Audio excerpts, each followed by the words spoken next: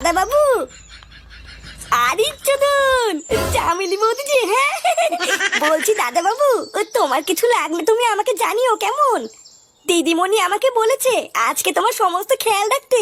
এই গাল মেরেছে, এ তো দেখছি মেঘনা চাইতেই জল। হ্যাঁ চামেলি বৌদি, তোমার বৌদিমণি কোথায় গো দেখেছো? বৌদিমণি? বৌদিমণি মনে হয় ওই ঘরে দিদিমণির সাথে গল্প করছে। এই তাই নাকি? হ্যাঁ তুমি দূরে দাঁড়িয়ে কি করছো? আমার কাছে আসো। আসোই না, তুমি আর আমি একটু গল্প করি। বোকাচ্চোদা, কাজের মাসের সাথে নোংরামি। বাড়া চামেলিকে যা শিখিয়ে দিয়েছি, আজকে যদি একবার সব খাপে খাপ মিলে যায়, এই শুয়োরের বাচ্চা জামাই ষষ্ঠী খাওয়া আজকে ওর শ্যাটার মধ্যে ঢুকাবো। মানে চামেলি বৌদি, তোমার বাড়িতে কে কে আছে গো? হ্যাঁ আমার বাড়িতে তো আমি একাই আছি গো, আমার কেউ নেই।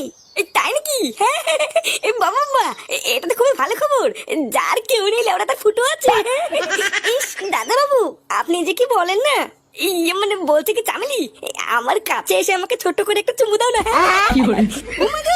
বৌদিমণি জানতে পারলে আমাকে মেরে ফেলবে। বৌদিমণি মেরে ফেললে হয়ে গেল নাকি? আমি আছি না, সেটা ভেঙে দেবো।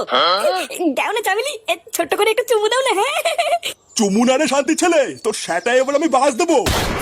এই পুঙা মেরেছে, এগুলো থেকে আসলো। শালা শুয়োরের বাচ্চা, তুই আমার মেয়েকে বিয়ে করে আমার বাড়িতে এসে কাজের মাসের সাথে নষ্টমী করছিস। এই চামেলি, তুই এখান থেকে যা, এখন ওর আমি শ্যাটা ভাঙবো।